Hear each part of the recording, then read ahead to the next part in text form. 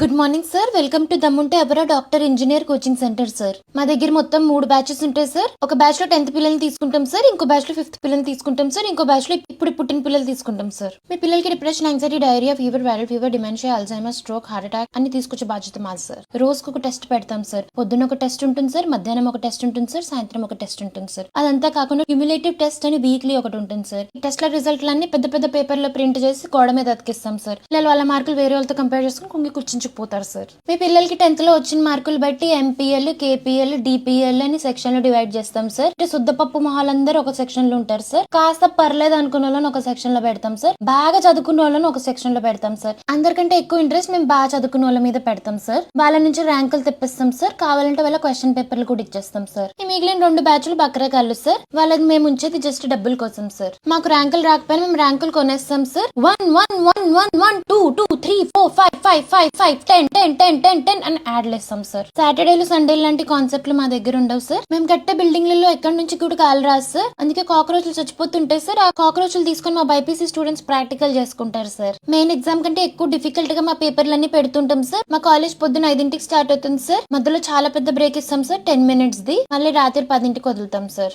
College పేరు మీద city నిండా గల్లీ గల్లీకి ఒక జైలు లాంటి బిల్డింగ్ కట్టేసాం సార్. మేము మా దగ్గర చదువుకున్న పిల్లలకి చాలా మందికి ఎందుకు బతుకున్నాం రా బాబు అనిపిస్తుంటుంది సార్. అందుకే కొన్నిసార్లు బిల్డింగ్ల మీద నుంచి దూకేస్తుంటారు, కానీ మేము కింద నుంచి పట్టేసుకొని మళ్ళీ క్లాస్ లో వేసేస్తాం సార్. మా స్టూడెంట్స్ కి సినిమాలు, పాటలు, షికారు, నిద్ర, తిండి, ఫన్ అంటే ఏంటో తెలియకుండా చేస్తాం. గుడికెళ్ళిన జపం పేరు మీద మా పిల్లలు పీరియాడిక్ టేబుల్ చెప్పిస్తారు సార్. ఉన్న వెయిట్ కన్నా మినిమం 20 కిలోలు పెరిగేటట్టు చూస్తాం సార్. ఫిజికల్ యాక్టివిటీ 0 ఉంటుంది సార్. మెంటల్ యాక్టివిటీ పేరు మీద ఓన్లీ యాంగ్జైటీ నడుస్తూ ఉంటుంది సార్. మీరు మీ ఆస్తులు తాకట్టు పెట్టుకుంటే కానీ మా ఫీజులు కట్టలేరండి.